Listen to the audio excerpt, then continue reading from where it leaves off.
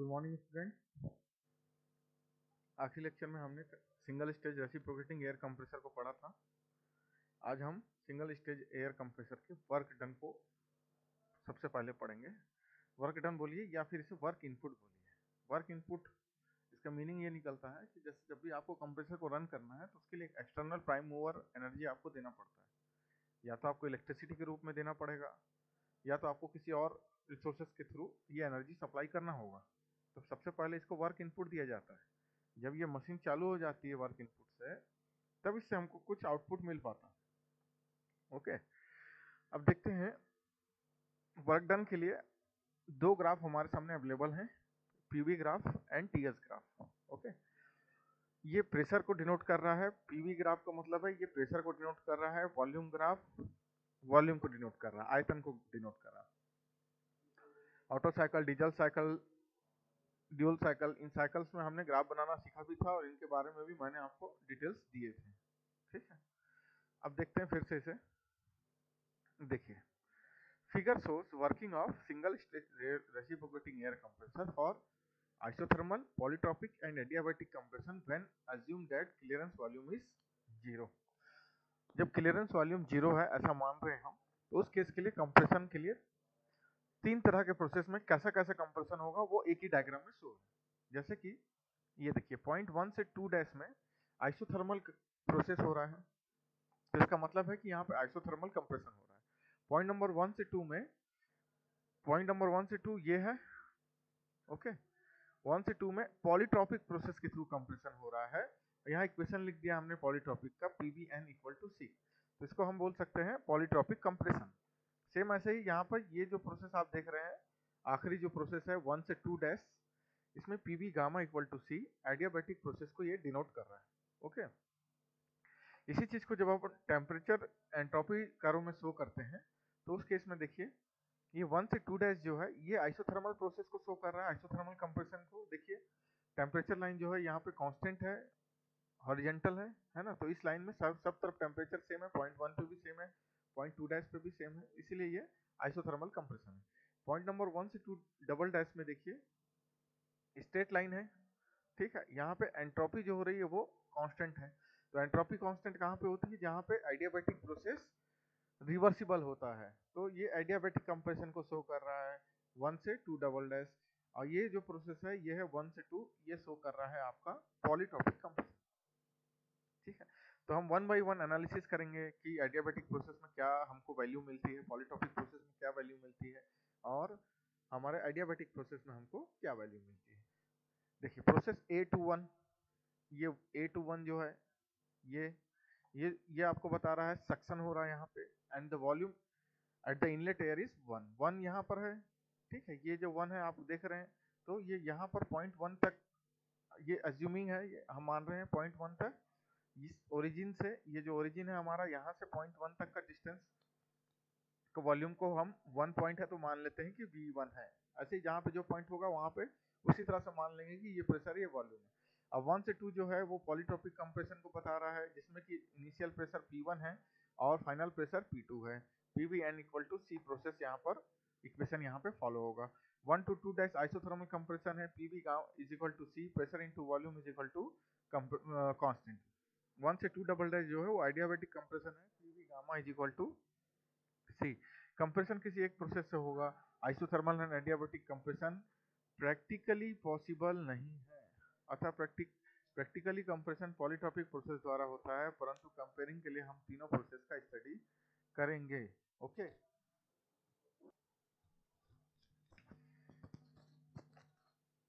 Comparing के लिए हम यूज कर लेते हैं इन दोनों प्रोसेस को। ठीक है, और हमारे स्टडी के लिए भी ये अवेलेबल होगा। देखिए प्रोसेस B से 2, after compression delivery valve open हो जाता है, कंप्रेस्ड एयर को कंटेनर में कलेक्ट करके वॉल्यूम को 0 कर लेते हैं। ठीक, B2A क्या है? सिलेंडर में एयर नहीं है, वॉल्यूम 0 है, तथा साइकिल कंप्लीट हो गया। B2A कुछ नहीं है, साइकिल कंप्लीट मान। 2 टू B या 2 डैश टू B या 2 डबल डैश टू B क्या है? एग्जॉस्ट, आपका एग्जॉस्ट प्रोसेस है जिसमें हम कंप्रेस्ड एयर को डिलीवर करते हैं। ओके, देखते हैं work done by polytropic process. सबसे पहले देखते हैं तो डेल डब्ल्यू पॉली पूरे प्रोसेस के लिए अगर हम देखें तो पॉलीट्रॉपिक प्रोसेस कहाँ से कहाँ तक के लिए हो रहा है? पॉलीट्रॉपिक प्रोसेस हो रहा है A1 बीच में है 2B, A1 2B A। Okay, अब देखिए सबसे पहले तो जो नॉर्मल आपको दिख रहा है A21 और B22, इसका वर्क डन का प्रोसेस क्या होगा? ये देखिए दोनों ही कौन से प्रोसेस हैं? ये कांस्टेंट प्रेशर प्रोसेस है, ठीक है, प्रेशर इसमें कांस्टेंट है, तो कांस्टेंट प्रेशर प्रोसेस का हमने फार्मूला लगाया, तो P2V2 माइनस P1V1 हो गया ये, ठीक है। प्लस पॉलीट्रॉपिक प्रोसेस का वर्क डन का फार्मूला हमने पढ़ा था कि P2V2 minus P1V1 by n-1, second point पहले, फर्स्ट पॉइंट बाद में, डिवाइडेड बाई n-1। अब इसको सॉल्व करते हैं हम। P2V2 माइनस P1V1 तो ये हो ही गया, ठीक है। उसके बाद देखिए यहाँ पर इस पूरे इक्वेशन से हमने P2V2 माइनस P1V1 को कॉमन ले लिया, ठीक है। तो अंडर ब्रैकेट में क्या बचा? ये टर्म बाहर निकल गया तो 1 बच गया, प्लस यहाँ से P2V2 माइनस P1V1 निकल गया तो ऊपर भी बच गया 1, तो आपके पास बच गया 1 प्लस 1 बाई n-1। ओके, फिर del W is equal to P2V2 minus P1V1, और इसी को हमने एलसीएम को अब सॉल्व किया, n-1 से 1 का इंटू किया तो ऊपर हो गया n-1 plus 1 divided by n-1। अब n-1 plus 1 minus 1 plus 1 cut गया तो बच गया n बस, तो n अपॉन n-1, इसको हमने मान लिया इक्वेशन नंबर 1। ये जो इक्वेशन हुआ इसको हमने मान लिया इक्वेशन नंबर 1, ठीक है।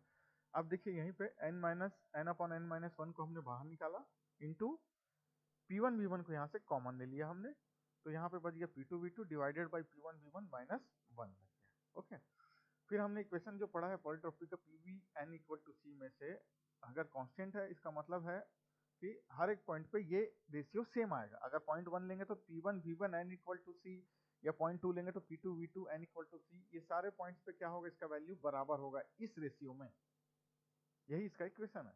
तो पॉइंट 1 और 2 के लिए अगर देखा जाए तो P1V1 is equal to n equal to P2V2 to the power n, ठीक है। यहां से हमने V1 बाई V2 किया तो इज इक्वल टू हो गया P2 by P1 1 by n हो गया। ओके, और इसी को हमने जब अपोजिट कर दिया तो V2 by V1 is equal to P1 by P2 1 by n हो गया।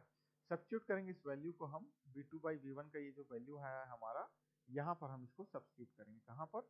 यहाँ पर। ओके, इस वैल्यू को यहाँ पे सब्स्टिट्यूट करेंगे, तो यहाँ पे सब्स्टिट्यूट किया हमने तो हमको मिला P1 by P2 1 to the power n यहाँ पर हो गया। ओके, अब नए पेज पे आ जाते हैं, उसी चीज को मैंने फिर से लिख दिया है यहाँ पर, और अब देखिए यहाँ पे P1 बाई P2 को हमने कर दिया है P2 बाई P1, ताकि इन दोनों का समान हो जाए, P2 P2 ऊपर हो जाए, P1 P1 नीचे हो जाए। ऐसा करने से क्या होता है, जब हम पलटते हैं तो क्या होता है, जो पावर में जो वैल्यू होती है उसका साइन चेंज हो जाता है, तो 1 बाई n का साइन चेंज होके हो गया माइनस 1 बाई n।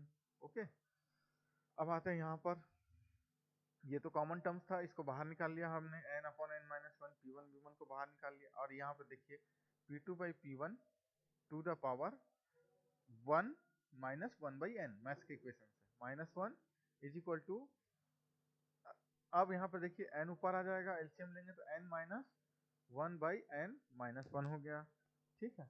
अब यहाँ पर देखिए इसी इक्वेशन को हमने यहाँ पे फिर से लिखा हुआ है, ठीक है, कुछ भी इसमें चेंजेस नहीं किया है। इक्वल टू किया हमने, क्या किया है देखिए, P1 V1 की जगह में हमने लिख दिया MRT1 बस लिख दिया। ये कहाँ से लिखा हमने? क्योंकि देखिए कंप्रेशन में एयर यूज होता है, एयर वर्किंग मीडियम होता है, और एयर जो है वो आइडियल गैस है। आइडियल गैस का इक्वेशन हमने पढ़ा था PV is equal to MRT, तो PV का जो भी फार्मूला होगा वो MRT के लिए बराबर होगा। तो P1 V1 अगर लेंगे तो M और R कांस्टेंट होता है, T की जगह में आ जाएगा T1, तो MRT1 से इसको रिप्लेस कर सकते हैं। फिर देखिए इक्वेशन नंबर 1 में ये हमने पढ़ा था इक्वेशन नंबर 1, ठीक है।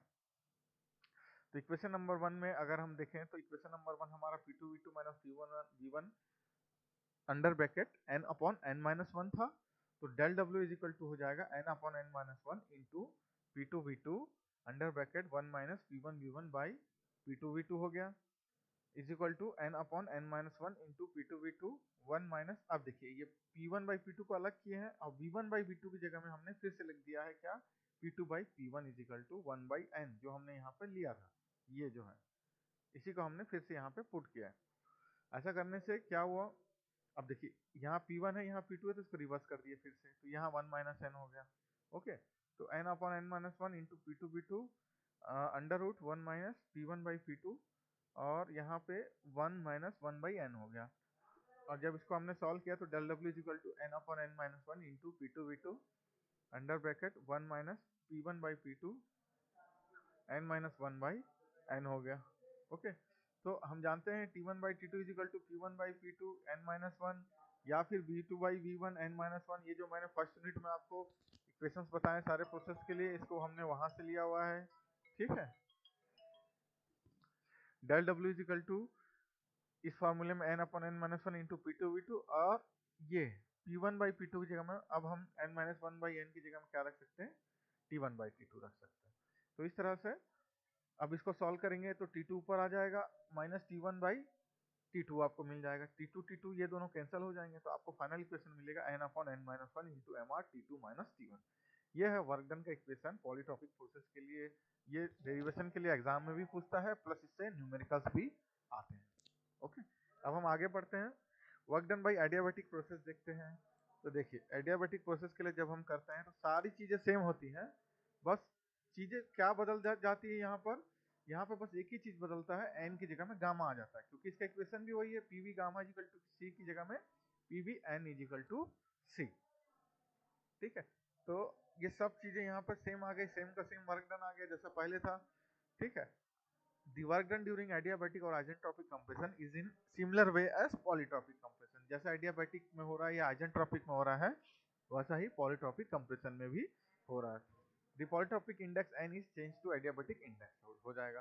तो उसके हिसाब से देखिए डेल डब्ल्यू आइजेंट्रोपिक ये हमारा आया था कितना, n upon n minus one. तो अब यहाँ पे अगर क्वेश्चन में एग्जाम में आएगा तो ये सारा प्रोसेस आपको वैसे ही करना है जैसे पॉलीट्रॉपिक प्रोसेस का था। लेकिन देखिए ये जो फार्मूला है फाइनल है ना, इस फाइनल फार्मूले से थोड़ा सा पहले अगर हम चलें तो अगर हम देखें तो P के फॉर्म में कहाँ पे हमें मिल रहा है इक्वेशन, हाँ ये इक्वेशन नंबर 2, इसको हम यूज कर सकते हैं। देखिए n upon n minus one, ठीक है, n upon n minus one की जगह में आ गया gamma upon gamma minus one into, ठीक है, एम आर टी वन हो गया, P2 बाई P1 हो गया, P2 बाई P1 हो गया, और n की जगह में gamma minus one by gamma minus one करना है। तो ये हो गया इक्वेशन नंबर 2 मान लीजिए, या 1 मान लीजिए इस इक्वेशन के लिए। तो ये सब का सब सेम हो जाएगा, बस n की जगह में गामा से आपको रिप्लेस कर देना है। ठीक है, सेम ऐसे ही एक और फार्मूला अगर हम देखें तो अगर कहीं पर इसको और देखें अच्छे से ये कहाँ सॉल्व हो सकता है, तो देखिए ये जो फार्मूला है P2 माइनस P1 V1 है ना, into gamma upon gamma minus one जो आ रहा है, ये जो फार्मूला हमारे पास आ रहा है, इसको अगर हम देखें तो इक्वेशन नंबर 1 जो है ये P2 V2 minus P1 V1 by n upon n minus one, ये जो इक्वेशन नंबर 1 है, इसी को हमने गामा से रिप्लेस किया, एन की जगह में बस गामा लिख दिया है, तो ये आ गया इक्वेशन। सेम ऐसी इक्वेशन नंबर 3 जो है, ये देखिए n upon n minus one into M R T2 minus T1 है, तो एन की जगह में हम यहाँ पर रख देंगे गामा। तो इस तरह से हमें तीनों इक्वेशन मिल गए। अब इसी को हम थोड़ा सा और एक तरीके से और सॉल्व करते हैं ताकि ईजी हो हमारे लिए। हमने पढ़ा है CP by CV is equal to gamma, है ना, पुराने क्लासेस में भी आपने पढ़ा होगा, और याद नहीं है तो फिर से याद कर लीजिए। CP बाई CV जो होता है वो होता है गामा। तो और ये इक्वेशन हमने पढ़ लिया है कि CV minus CP minus CV is equal to R, ये इक्वेशन हमने पढ़ लिया। ठीक है, तो CP by CV is equal to gamma है, तो CB बाई CP क्या होगा, 1 बाई गामा हो जाएगा। इन सारे इक्वेशंस में अगर हम देखें तो देखिए R इज इक्वल टू, यहाँ से CP कॉमन ले लेंगे तो क्या बचेगा अंदर, 1 माइनस CB बचेगा डिवाइडेड बाई CP बचेगा। ठीक है, तो CB बाई CP को हम ले सकते हैं 1 बाई गामा ले सकते हैं, तो यहाँ हमने ले लिया 1 बाई गामा। तो R इज इक्वल टू हो गया CP gamma minus 1 by gamma. Del W is equal to आप ले सकते हैं, यहीं पे रख दीजिए, gamma upon gamma minus one into M into CP gamma minus one by gamma, ये जो वैल्यू आई है इसको रख दिया हमने, और T2 माइनस T1 लिखा। तो जब इसको सॉल्व किया हमने काट पीट के, तो हमको मिल गया del W isentropic is equal to MCP T2 minus T1। Okay, ये हो गया इक्वेशन नंबर 4। फिर है work done during isothermal process, PV is equal to C। तो आइसोथर्मल प्रोसेस के लिए जब हम देखते हैं, तो आइसोथर्मल प्रोसेस के लिए देखिए, आइसोथर्मल प्रोसेस के लिए जब हम वर्क डन देखते हैं तो ये प्रोसेस हो गया A12-B, हो गया। तो del W is equal to P2V2 minus P1V1 plus P1V1 ln V1 by V2 if, देखिए ये तो सेम आ गया, ठीक है, कांस्टेंट प्रेशर प्रोसेस के लिए। ये आ गया आइसोथर्मल प्रोसेस के लिए। जो मैंने सारे प्रोसेस आपको पढ़ाए हैं, आप वहां पे जाके एक बार रीड कीजिए कि वहां पे कौन से इक्वेशंस कहाँ पे फॉलो हो रहे हैं, तो आपको इसका जवाब इजिली मिल जाएगा कि ये कैसे सॉल्व हो रहा है। ओके, फिर देखिए कंप्रेशन रेशियो जो है वो V2/V1 होता है। तो यहाँ पे हम V1/V2 की जगह में जो है V1/V2 जो है, तो कंप्रेशन रेशियो को हमने इससे रिप्लेस कर दिया। तो हमें यहाँ पे क्या मिल गया कि, देखते हैं फिर से एक बार, del W is equal to temperature अगर कांस्टेंट है तो P1V1, ये ln जो है V1/V2 की जगह में, V2/V1 की जगह में हमने कंप्रेशन रेशियो लिख दिया। ये थोड़ा सा गड़बड़ हो गया, ये V1/V2 ही होना चाहिए। तो यहाँ पे आ जाएगा क्या, RC आ जाएगा, ठीक है, ये RC आ गया। तो अब इसी RC को हम क्या लिख सकते हैं, V1/V2 भी लिख सकते हैं, या फिर इसी को हम लिख सकते हैं P2/P1 भी लिख सकते हैं। ओके, तो इस तरह से आप वर्क डन का फार्मूला आइसोथर्मल प्रोसेस के लिए सिंपल सा लिख सकते हैं। और ये जो मेन इक्वेशन है, इसी से आपके न्यूमेरिकल्स बनेंगे, इनको आपको याद करना पड़ेगा। ओके, कुछ चीजें और भी हैं जिनको मैं बता देता हूँ, उसके बाद हम आगे के लिए देखेंगे। देखिए आइसोथर्मल इफिशिएंसी जो है, समतापीय दक्षता, इसका क्या फार्मूला होता है देखते हैं। The ratio of isothermal work done to the actual work done. देखिए पॉलीट्रॉपिक वर्क डन जो होता है वो एक्चुअल वर्क डन ही माना गया है। तो एन आइसोट्रोपिक इफिशिएंसी का फार्मूला जो है P1V1 ln P2/P1 कीजिए divided by isotherm polytropic process का जो हमने इक्वेशन पढ़ा है उसको रख दीजिए। जब आप इसको रख देंगे P1V1 को काट दीजिए तो आपको मिल जाएगा ln P2/P1 n/n-1 P2/P1 n-1/n-1। तो इस तरह से आप आइसोथर्मल इफिशिएंसी का वैल्यू निकाल सकते हैं। वॉल्यूमेट्रिक इफिशिएंसी, आयतनिक दक्षता आपको निकालना है तो volumetric efficiency is equal to formula होता है inlet air volume upon swept stroke volume VA upon VS।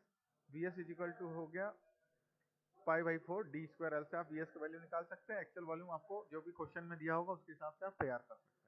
Okay, तो इस तरह से आप वॉल्यूमेट्रिक इफिशिएंसी का भी निकाल सकते हैं। आइसेंट्रोपिक इफिशिएंसी जो है वो है, उसका फॉर्मूला होता है isentropic work done upon shaft power. तो आइसेंट्रोपिक पावर निकालना है, डिवाइडेड बाई शाफ्ट पावर से डिवाइड कर देंगे तो आपको आइसेंट्रोपिक इफिशिएंसी निकल जाएगी। तो इस तरह से आपको सॉल्व करना है, ठीक है, ये आपका तरीका होगा सॉल्व करने के लिए। आज के लेक्चर में हम इतना ही पढ़ेंगे और आगे के लेक्चर में देखिए second stage multi stage air compression हम पढ़ चुके हैं। तो नेक्स्ट स्टेज में हम पढ़ेंगे necessity of intercooling and advantages. Okay, ये टॉपिक हम पढ़ेंगे। तो आज के लिए इतना ही, थैंक यू सो मच।